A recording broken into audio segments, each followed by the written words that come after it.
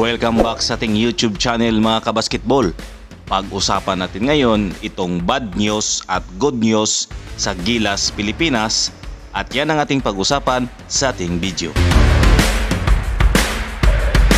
So ngayon mga idol, unahin natin yung good news para sa Gilas, Pilipinas. So inilabas sa balita mga idol sa Spin PH, kapag makuha ng Gilas, Pilipinas ang gold medal sa Asian Games ay bibigyan sila ng incentive na 2 million from PSC and another 1 million from POC.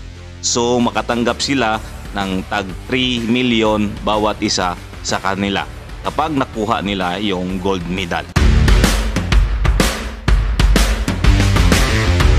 So ito yung bad news para sa Gilas, Pilipinas mga idol.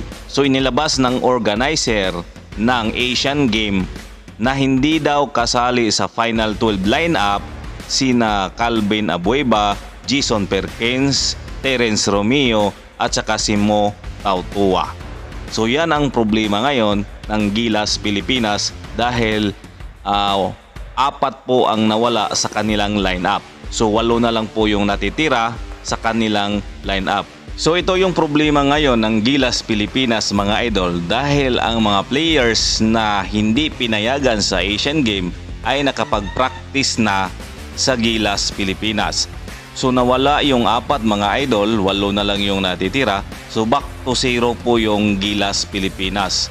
So ang ating aabangan dito mga idol kung sino po ang ipapalit sa kanila. So sino yung apat na kukunin ni Coach Timcon para ipalit sa apat na nawala sa lineup ng Gilas, Pilipinas.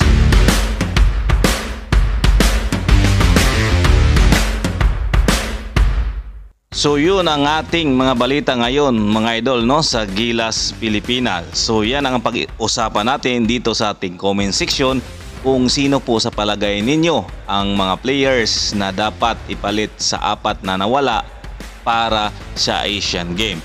At huwag kalimutan naman idol, paki-subscribe sa ating YouTube channel, paki-like ang ating video at paki-hit ang notification bell para updated kayo sa susunod nating mga video.